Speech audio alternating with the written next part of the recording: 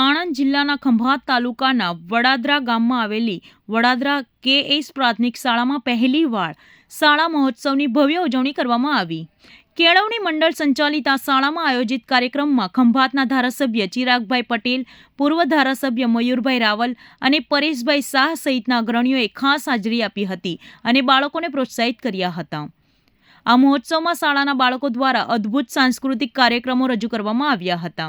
ખાસ કરીને દેશભક્તિ અને વ્યસન મુક્તિ પર આધારિત નાટકોએ ઉપસ્થિત ગ્રામજનો અને વાલીઓના મન જીતી લીધા હતા.